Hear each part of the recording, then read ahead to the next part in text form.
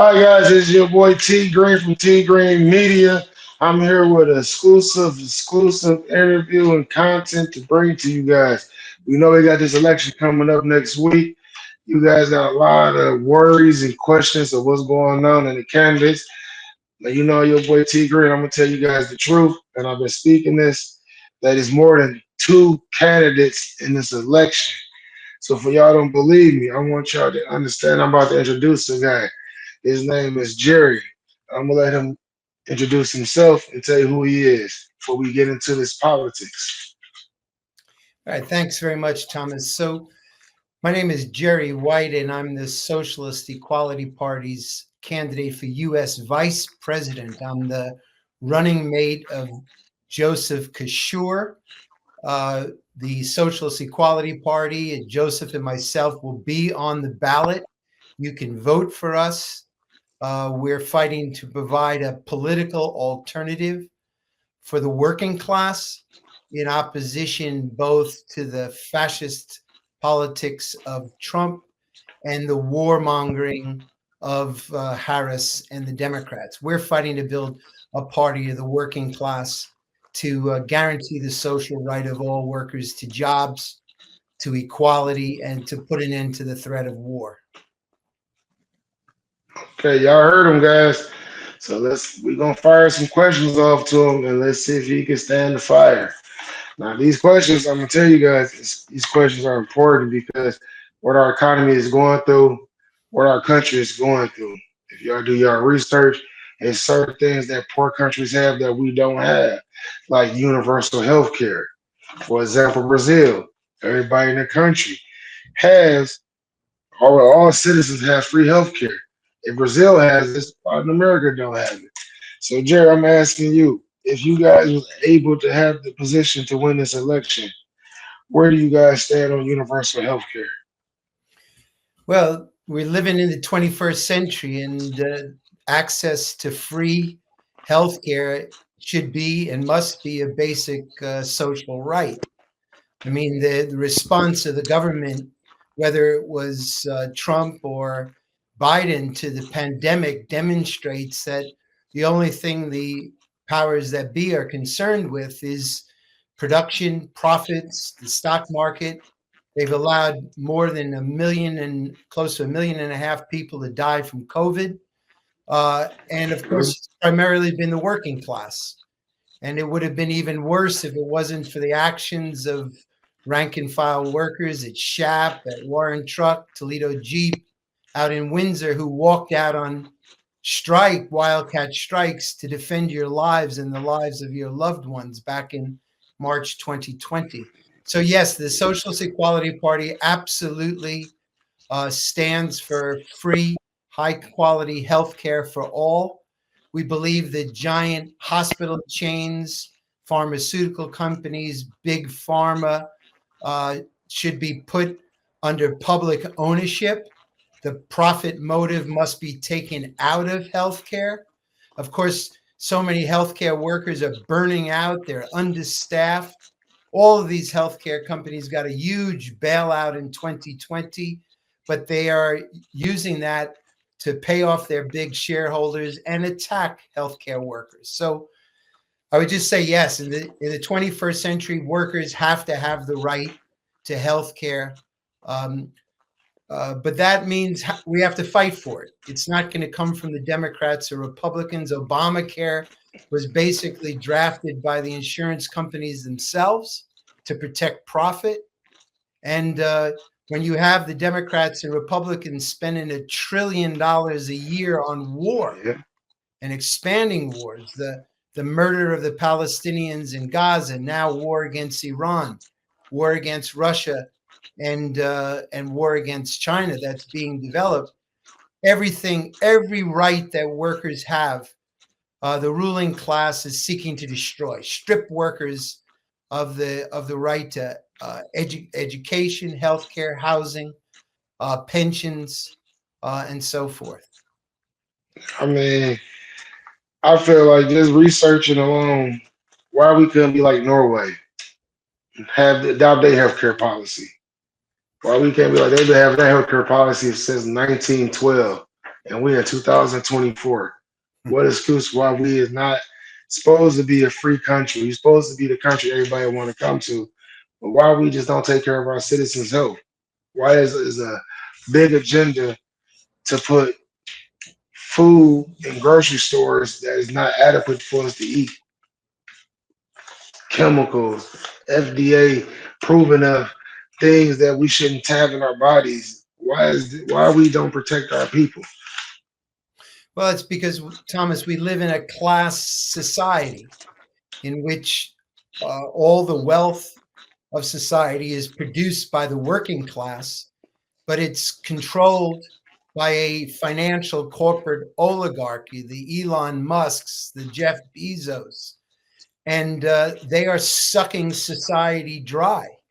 Uh, as a matter of fact, the issue of pensions and life expectancy is a huge issue in the 6-week Boeing strike by 33,000 workers out in the state of Washington and Oregon and California.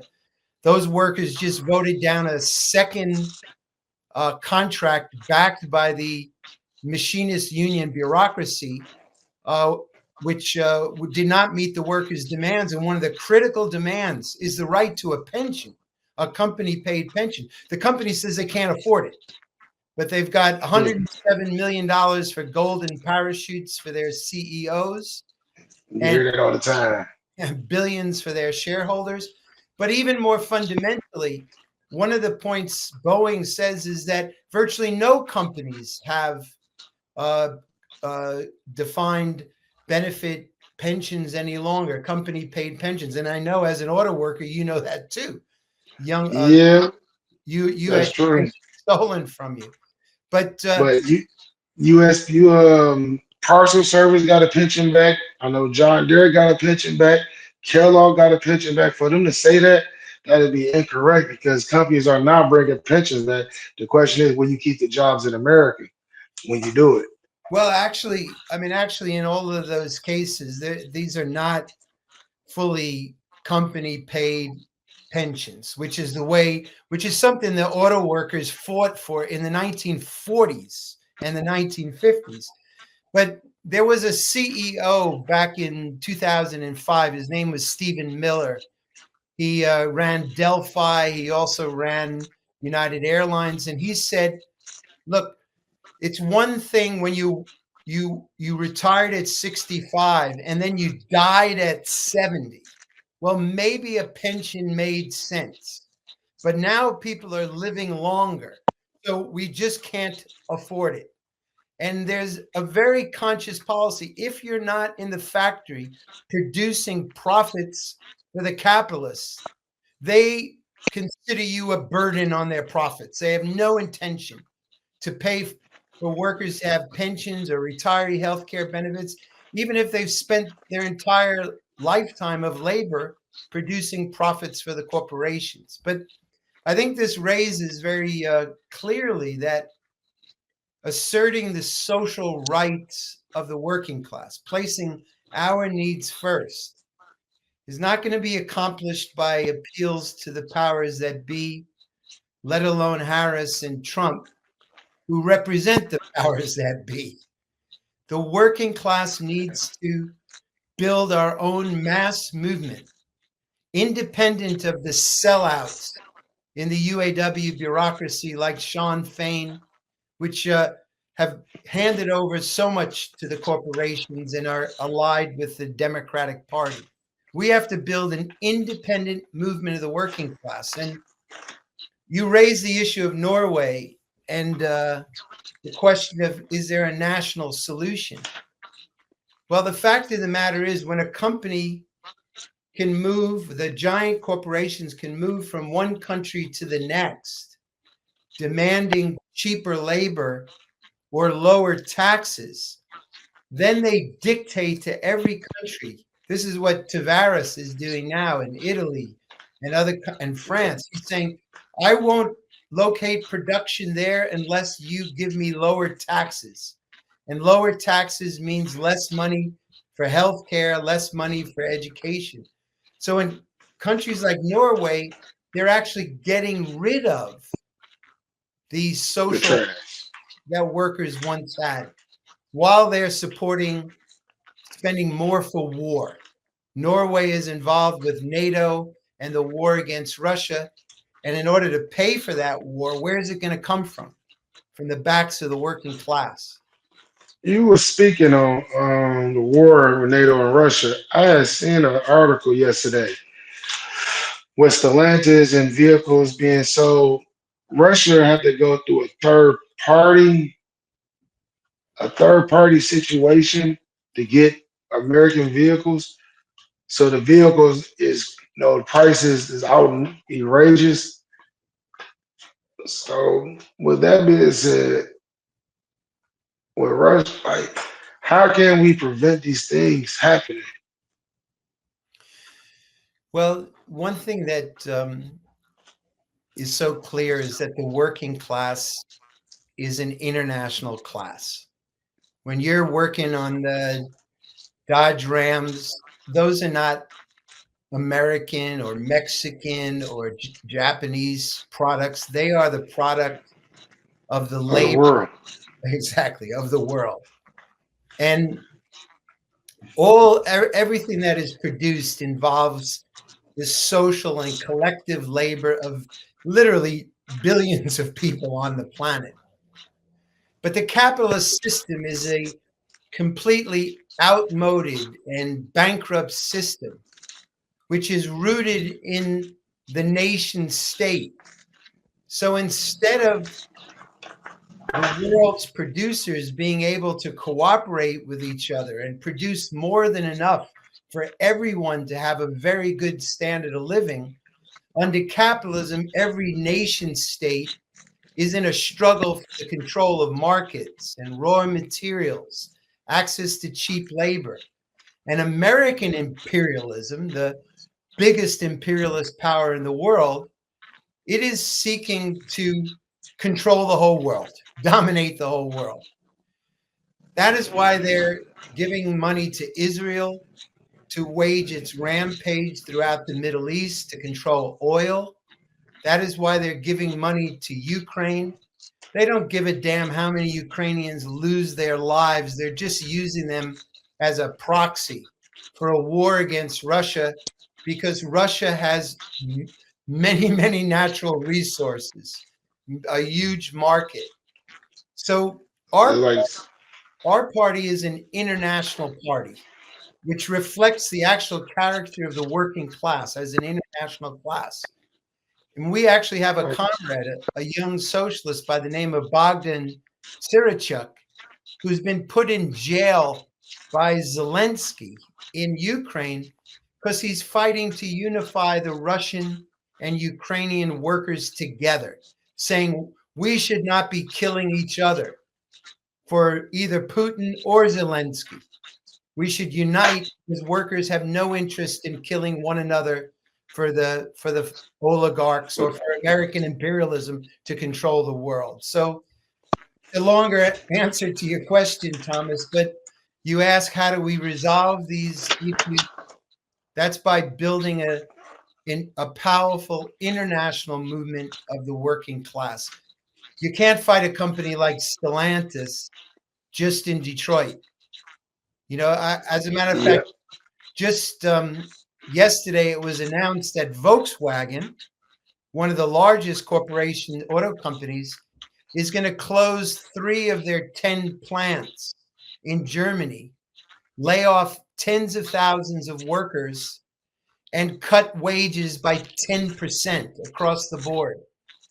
So this is a global attack on workers, and workers have to develop the connections across borders so that we have a global response, not fighting each other over who will work for the cheapest wage, but to base ourselves on the needs of workers everywhere.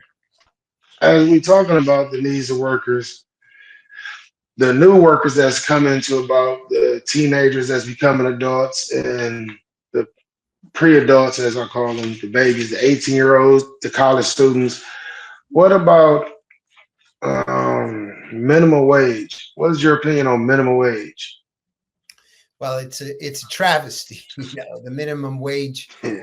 You can't live on that. In fact, in many cases, employers had to lift wages because they couldn't hire anyone. If I could, Zach, could you put up that chart that shows the share of income that goes to workers? Probably 2%.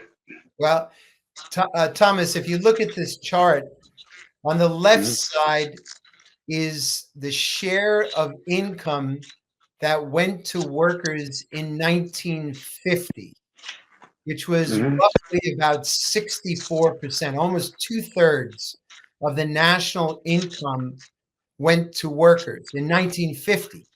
And then if you go all the way to the bottom right, that's the share of income that workers now have is at the lowest level in American history. It's somewhere about 54%.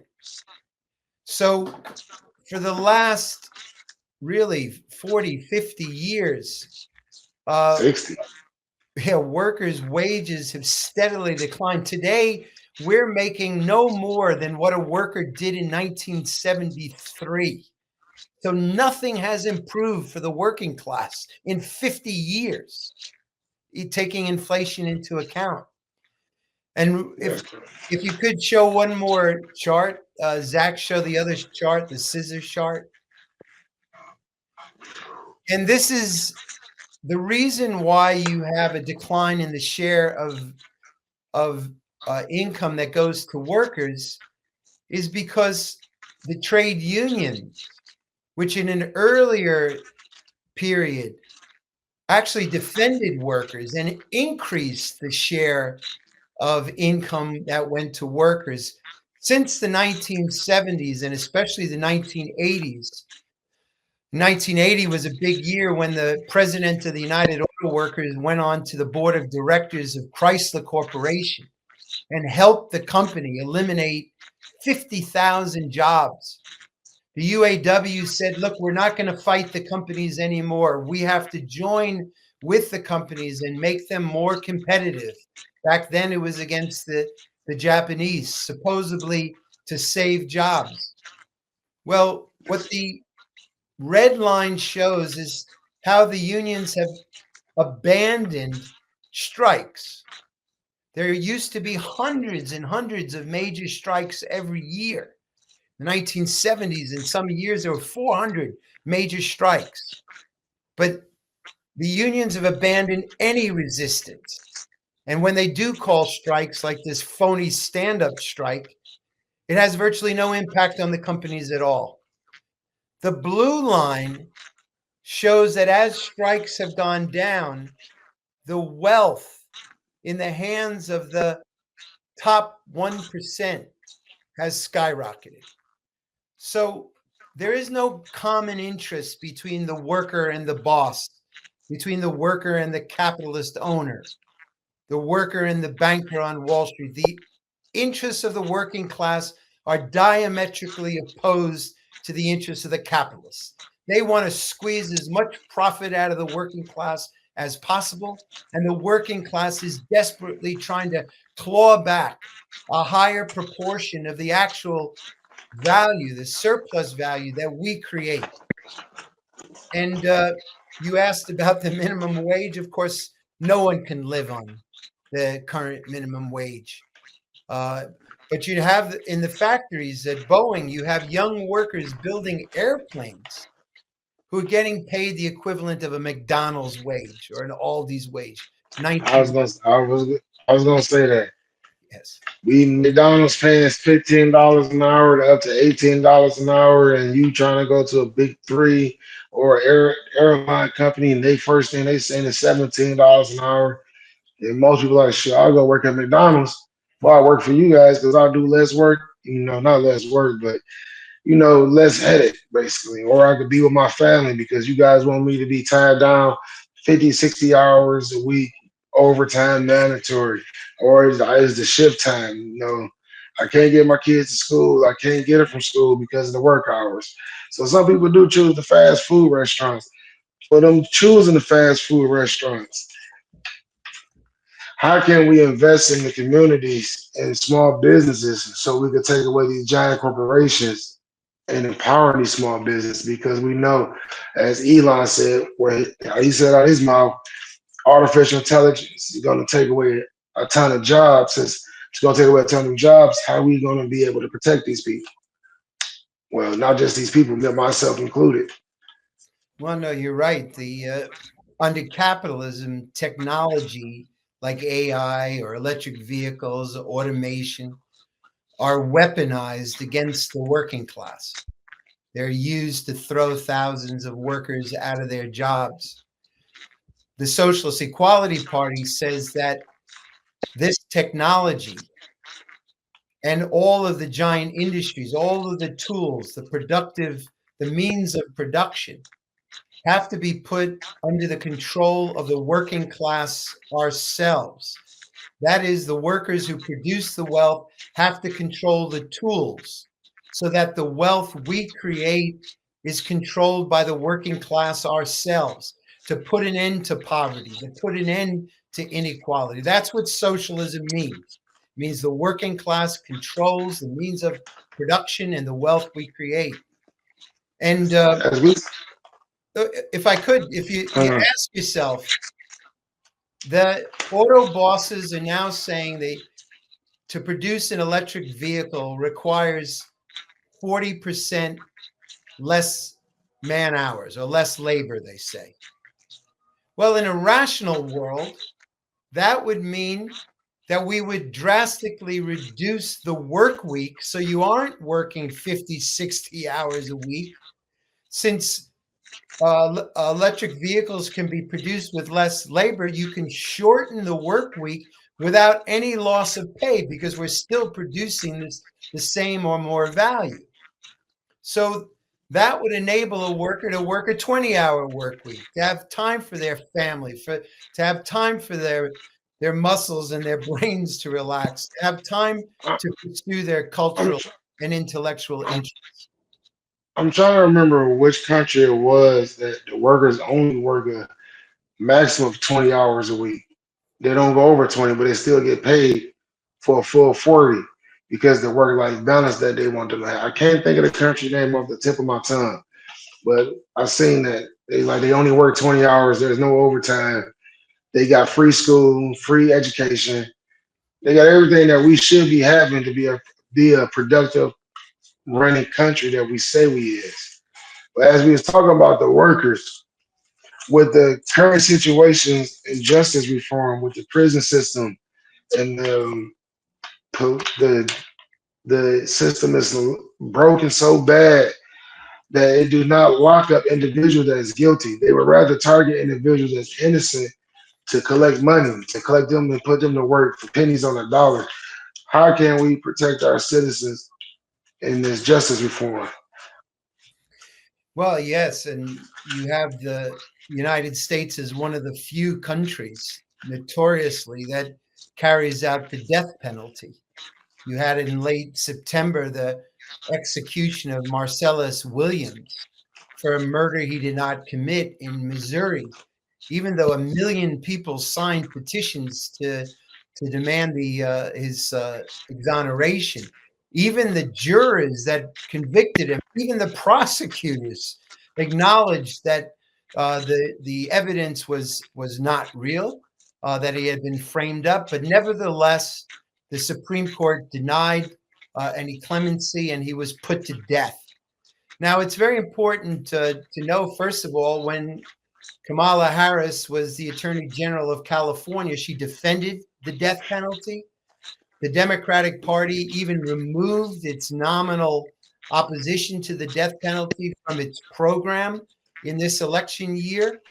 And all of the promises after the murder of George Floyd and the police brutality that somehow the police system would be reformed have come to naught.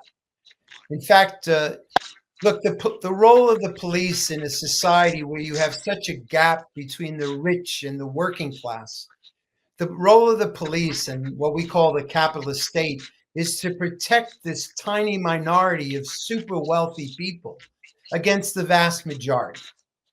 And on the one hand, you have the Democrats. They're arresting students on the campuses for protesting against the war, the genocide that Israel is carrying out. I just heard today, City University of New York faculty members who were protesting for better wages, they arrested him there. That's run by a New York City mayor, a Democratic mayor of New York. And so the Democrats are building up the state structure for repression against the working class. They anticipate there are going to be more strikes, more opposition to the wars, more opposition to cuts in social programs. Trump is seeking to build a fascist movement that is modeled on Hitler and Mussolini, on the We Nazi. can't we can't he's seeking to build because he already done built it. You know, the No, he's attack on the building it. Capitol You're right. is the attack on the Capitol. I mean, he already has a team full of Exactly. people ready to go. Exactly. He's seeking to exploit the economic distress, the anger that sections of the middle class, small businessmen who have been hit hard by the economic crisis, sections of workers hit hard by inflation. And he's seeking to exploit that. Also, they're disgusted with the Democratic Party and the hypocrisy of the Democratic Party and the warmongering of the Democrats. But what he is seeking to do is incite violence against immigrant workers. If you look at that chart, the fact that workers have the lowest share of national income isn't because of immigrants. It's because of the CEOs. It's because of Wall Street that has sucked everything out of society. But he wants to divert the anger of workers and middle class people against immigrants. He also is talking about using the police against, quote, the enemy within. And by that, he means anyone in the working class that opposes job cuts, that opposes war, that opposes cuts to social programs. In Chicago, they're talking about closing dozens of schools. They're doing the same thing in Milwaukee and San Francisco. They've done it here in Detroit. Yes, they've done it here in Detroit. All major cities. So Exactly. basically, Trump is trying to make us another Russia, and he's going to be the dictator.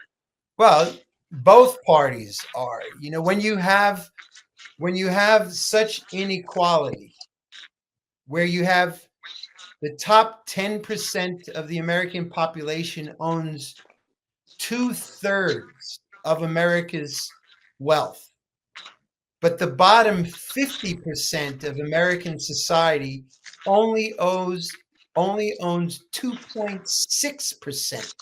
So we have this tiny, tiny pie, the slice of the pie. And the ruling class, it is also driving towards bigger and bigger wars, which they know are unpopular. Workers are sick of war. They've had I'm two not. in Iraq, they've had wars in Libya, Syria, what Israel is doing, the danger of nuclear war. Workers are sick of it. So how are you going to force workers to allow their children to be drafted to fight a war for the rich? You have to force them. So both You got parties it. are building up the state to repress the working class, to use violence against the working class. And in our view, Tom, And the whatever happens in this election, and of course it's hard to predict who's exactly going to, quote, win, or whether, Trump, if he loses, will even accept it. As you referred to January 6th, they're preparing even more such provocations. But regardless, whoever wins the elections, the working class is going to face a massive struggle against war, against inequality, against the attack on democratic rights. And the reason we're running in the election is to warn workers and to prepare them, because workers have to take a political stand of their own.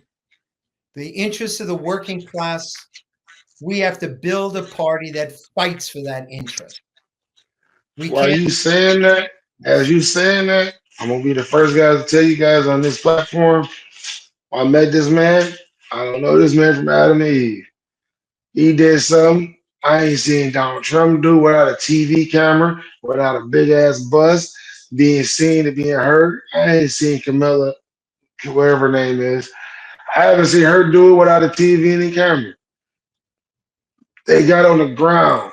They put their boots on the ground.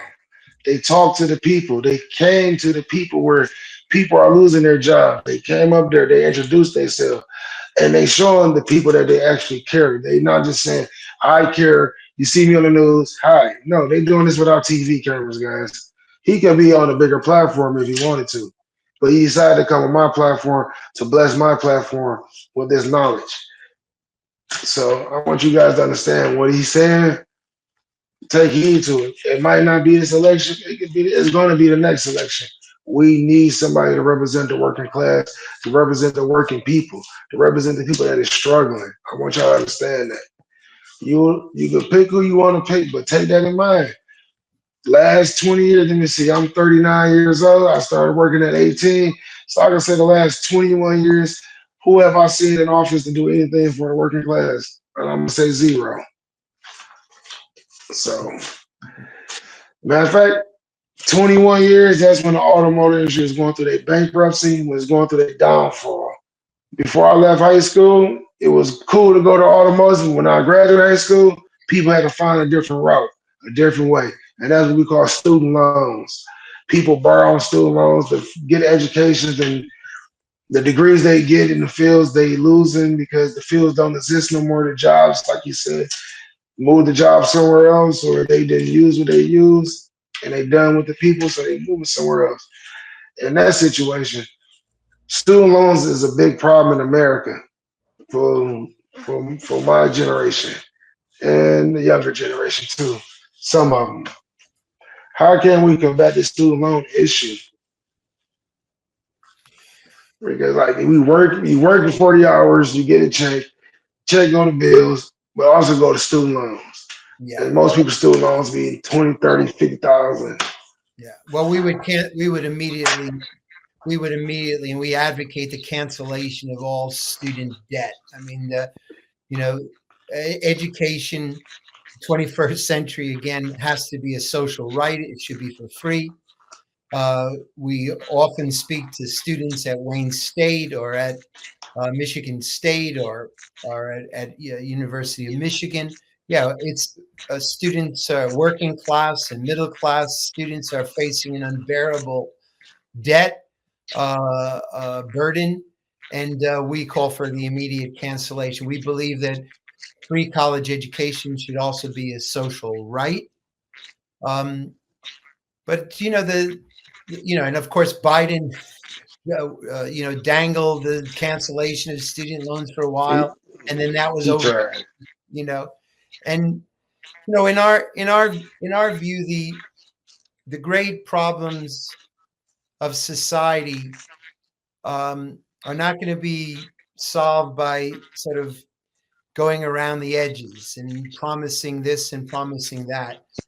A fundamental and revolutionary change is necessary.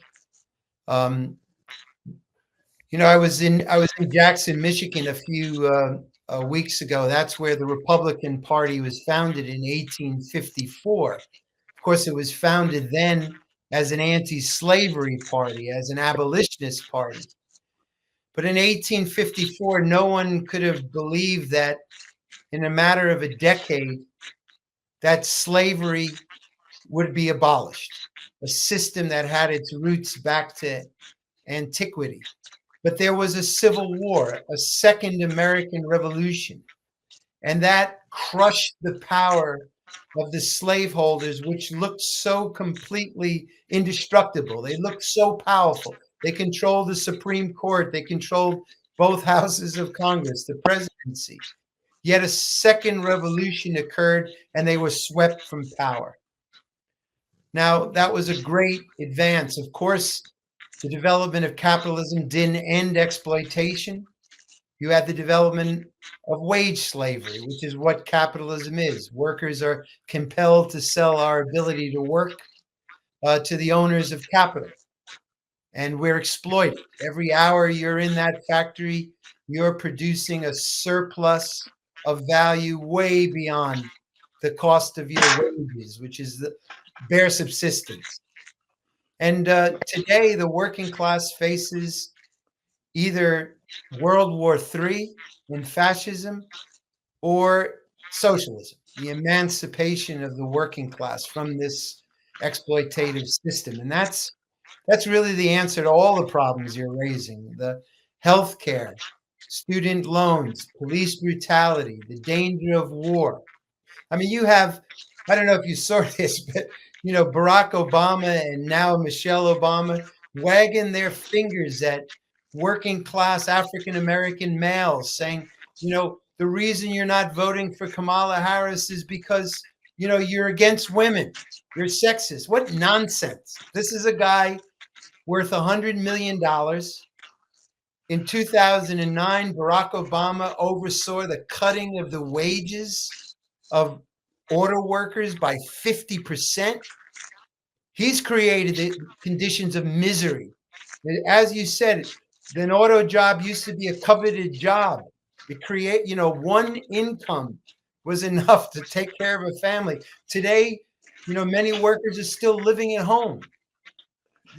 Shoot, many workers is working job. They work at Amazon, Rouse. They work in Walmart pickups.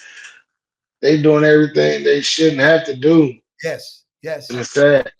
We covered a very tragic story 7 years ago.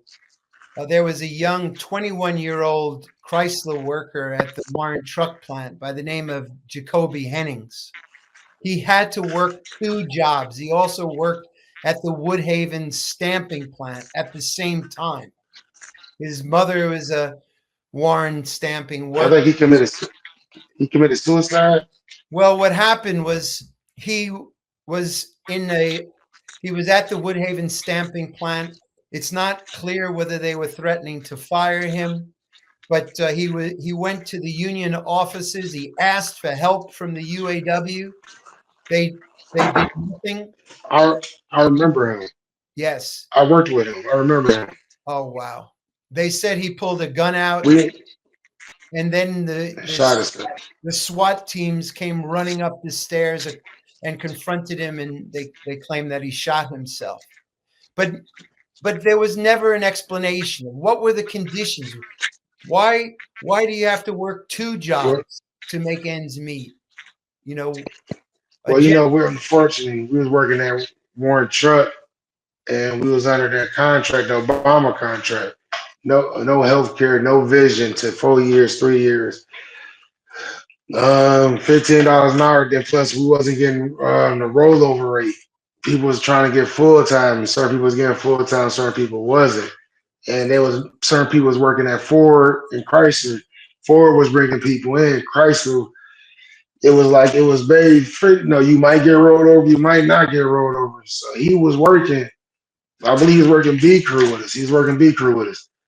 Nobody knew what he had on his mind. He left work, went to the Ford plant, and we got that news. And it was hurtful. I didn't know it was police involved. I heard he had committed suicide over a situation, but it was like stress. And he was a young man. He yes, wasn't old. He 21. didn't have 4, 5 kids. He was young. But it was a toll on him, and we have to stop this. Mental illness is not caused what's caused out here by us. It's caused by these companies, like what we're going through right now. I already can't say much because of the company arbitration rules, but layoffs is a lot. If you look at the last time what happened to Detroit, what the automotive companies went through, they went through a riot broke out. The riot didn't break out for no reason. People are poor, people are hungry. And after the riot, what happened? The neighborhoods went down. Well, it's supposed to be thriving neighborhoods and now just decimated. Now we trying to bring them back, and you can't bring back a decimated neighborhood. As you look at Detroit, Mayor Duggan, they are trying to do what they're able to do, but it's decimated. The government did what they did. No, The you're companies absolutely did what they did. no, you're absolutely right. The 67 riots were a massive explosion over inequality. The fact was the auto companies were already moving different locations. They called them runaway factories at the time.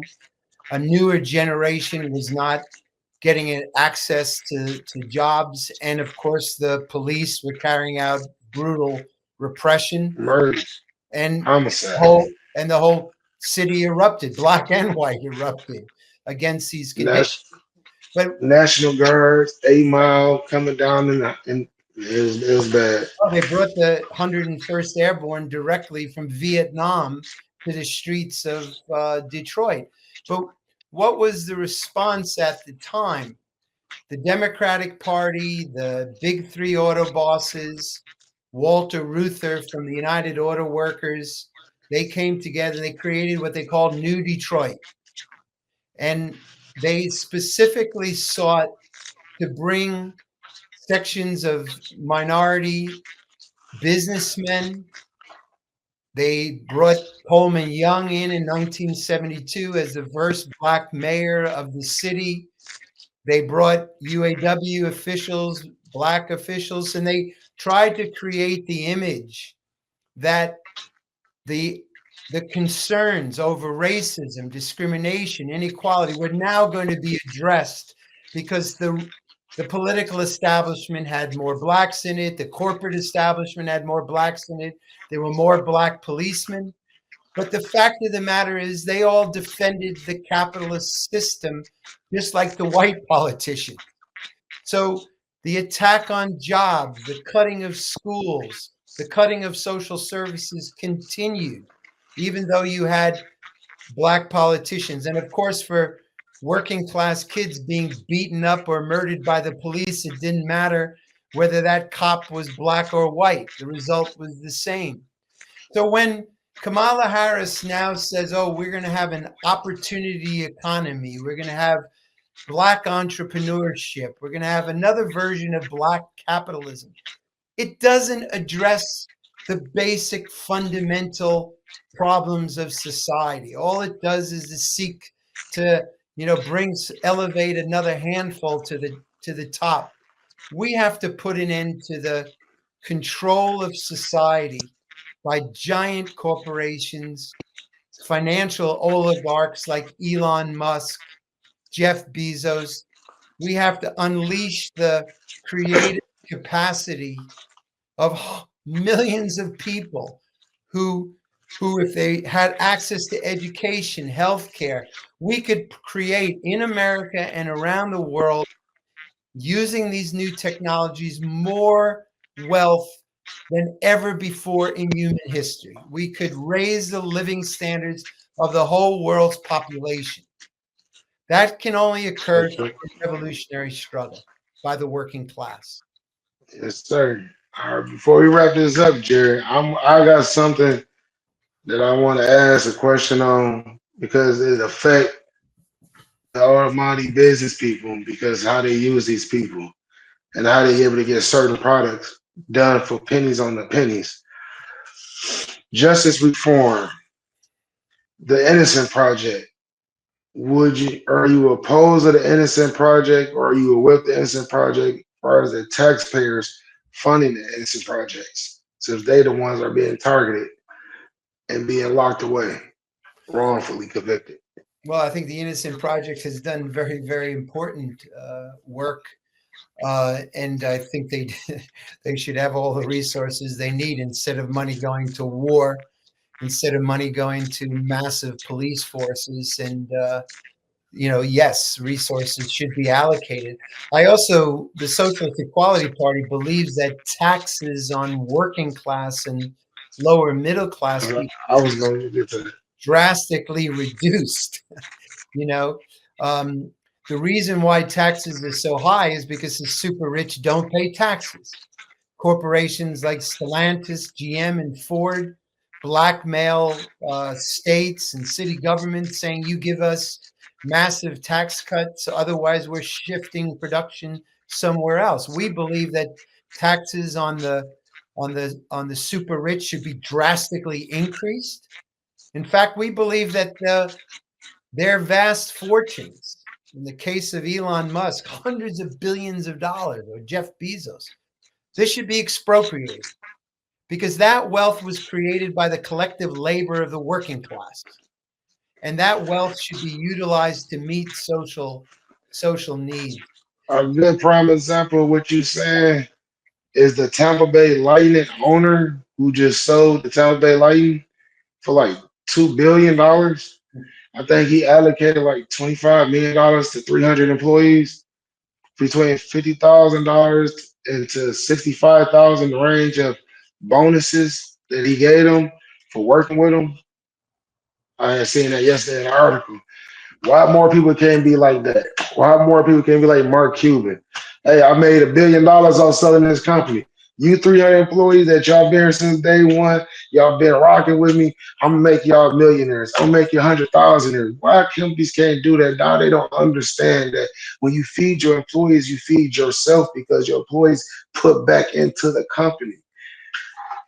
Well, the examples you gave are few and far apart, and generally there's a tax write-off or something that goes along with that. But listen, there are figures like Bernie Sanders or Rashida Tlaib or Ocasio-Cortez that claim that we can stop war, we can stop inequality by appealing to the conscience of the capitalist class, to the warmongers. I'm gonna say I gotta say this. How Right. can we stop? How can we stop a war in another country? We got a war in our own country. We can't stop. Well, the two wars are connected because Uh, it's the We, same. If you think about I'm, it for a minute, I'm, these wars are driven by the same corporate profit interests to grab up raw materials, to grab up markets, to grab up profits. Whether there's a new scramble of Africa over Africa now because there's a lot of cobalt in places like the Congo, which are needed for electric vehicles. So, New Dynamite. so these, yeah, the new blood diamonds, right? So the same corporations like Boeing, for example, which is a huge defense contractor that makes billions from war, or Eaton Aerospace, where the workers out in Jackson, Michigan are now on strike, and they've rejected 3 UAW-backed contracts. But the same corporations that are pushing for the war to control resources and markets and cheap labor are waging a war on the working class to pay for these wars, to increase the exploitation of the working class. American capitalism is bankrupt. It's the most indebted nation in the world. If the world wasn't forced to use the US dollar, which enables the US to print up as many dollars as it wants and just continue to expand the debt.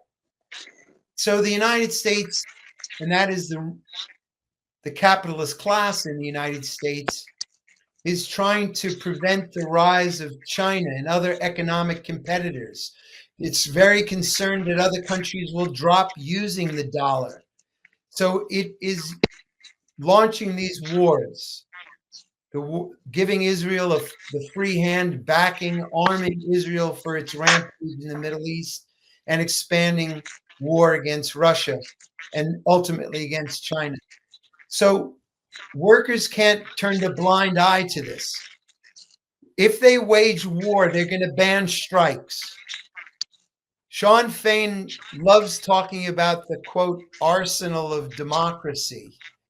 That was a reference to World War II, when the United Auto Workers Union was brought in along with the government and the auto companies to turn the economy into a war economy. But a corollary of that was to ban strikes. So strikes were illegal, even though the companies were gouging, making so much from their government war contracts. Workers were ruined by inflation, working vast overtime, but they were banned from striking. So that's what Sean Fain uses as his model. And I also want to say this bogus campaign by Fain, the so-called Keep the Promise campaign and saying that Stellantis is not honoring its agreement to protect jobs. This is nonsense. The UAW and the Biden administration agreed to a contract that would eliminate tens of thousands of jobs in order to make American auto companies more competitive with the Chinese auto companies when it comes to EV production in particular. The UAW signed off on the firing of more than 2,500 supplementary employees. They lied to the workers. They said they were going to be rolled over, and then they were fired. And the so-called job guarantees at Belvedere, the loopholes were so big, it was all conditioned on whether the market conditions were favorable. Otherwise, they could just overturn any worthless promise they made. And Fain knows it, but he's pushing this bogus Keep the Promise campaign, more publicity stunts as a way of promoting Harris and a way of fooling workers. But many workers aren't fooled anymore. They've seen this movie before. And we want to assist workers at SHAP and the other auto plants in building rank and file committees, which are controlled by the workers on the shop floor. You're familiar with Will Lehman. He ran for president of the UAW against Fain, against Curry. He ran to say the union bureaucracy should be abolished. The resources of the union belong to the workers, not to the high-paid bureaucrats. And that decision-making and power should be in the hands of the workers on the shop floor. You should oversee everything, including the conditions, safety, speed up. Workers should control it. The UAW bureaucracy is in the pocket of the corporations, and workers can't allow them to dictate. Workers have to dictate. And I don't disagree. I'm glad you do. And there's going to be a huge fight. You guys are going to have to fight. You're going to have to fight to defend your jobs. But it's also important, Thomas, not to fall for this nonsense that our enemies are the workers in Canada or Mexico. No, we're working for a global company. We have to unite with them. All the corporations, as I said, VW is cutting jobs. We have to unite with workers around the world in a common fight, not And compete against. That's kind of contradicting what Trump said, get rid of the illegals, the immigrants. But guess what? Them same immigrants you get rid of, that's where the factories are at. You think they want to come to America and they can go home to a factory where their jobs at and they get the same amount of pay we get? We get equal pay across the board. They won't come over here. They stay at home. We can build our own foundation. Well, Sorry. that's what we're fighting to do, unite workers across the borders. But also the reason people have left these countries is because they've been impoverished by American imperialism. The United States has waged war in these countries, but Trump wants to scapegoat the immigrants for what capitalism is doing. But as you say, we want to unite workers all over the world, raise the living standards of all workers, not compete against each other to see who will work for the worst wages and the worst conditions. Thomas, I wanted, if I could, just make a plug for your viewers to come to a very important meeting next Sunday, November the 3rd. There's going to be a panel discussion with Joseph Kishore, who's the SEP vice president. Joseph Kishore is the Socialist Equality Party's presidential candidate. David North is the national chairman of the Socialist Equality Party, myself and other speakers. And it's entitled The American Earthquake, Election Day 2024 and the Fight Ahead. And it'll be a panel discussion explaining, what is the danger to democracy? What is fascism? Why is it that the Democratic Party is incapable and opposed to mobilizing workers to defend our democratic rights? The Democratic Party is a party of Wall Street. of the Pentagon. They don't want to mobilize the workers and the opposition that's necessary to stop Trump, because they defend the same capitalist system. And they're more frightened of the working class fighting from below than they are of accommodating themselves to fascism. But this will be a very informative discussion, panel discussion. So I really encourage your viewers to log in, come to our website, socialism2024.org, to learn more about our campaign and to register to participate. And guys, the link will be in the description and the bio, so you guys get the link. Just tap in, get to understand. No, just tap in, listen. If you catch your ear, catch your ear. It never hurt to learn something new, guys. Just telling you, I learn something new every day. You'd be surprised. Your mind gotta grow. Well, Jerry, I appreciate you, Jerry, for coming on my platform and blessing me. And also, I appreciate you for having this talk with me because I have a lot of questions I still need to be answered. But we had to take it day by day. We know we got a long battle in front of us. Like I say, guys, knowledge is power, and definitely we need the knowledge. So until we get that power, and let's do it. Jerry, please let these people know again what you're running for. So yes, the Socialist Equality Party is running Joseph Kishore for President of the United States, and my name is Jerry White. I'm the Socialist Equality Party's candidate for U.S. Vice President. We're on the ballot. We urge you to vote for us. We reject the claims of the lesser of two evils. These are both parties of war and of reaction. We have to build a party of our class, the working class. And let me just conclude that I agree 100% when you say knowledge is power. Workers have been cut off from a very rich history of their own class struggle, of the role of socialism in the building of the mass industrial unions, and the struggle against war. So I agree with you 100%. You can also come to our website, get purchase literature about the history of our movement, the struggle, what the Russian Revolution was, what the opposition to Stalinism was, and what socialism in the 21st century is. The fight of our movement, it traces its roots back to Leon Trotsky, the great fighter for world socialism. So thanks again for having me. And Thank you, Jerry. all right. I appreciate it, man. And I appreciate the work and I appreciate you for hitting the ground, man. As a citizen, as a person, I'm not big on politics because you don't see the politicians till the time for election. But I see the people who's for the people and actually standing for the people during a time of crisis of the Midwest division of this country, the big automotive area. What's going on? So I appreciate you. From me, the bottom line, I appreciate you, Jerry.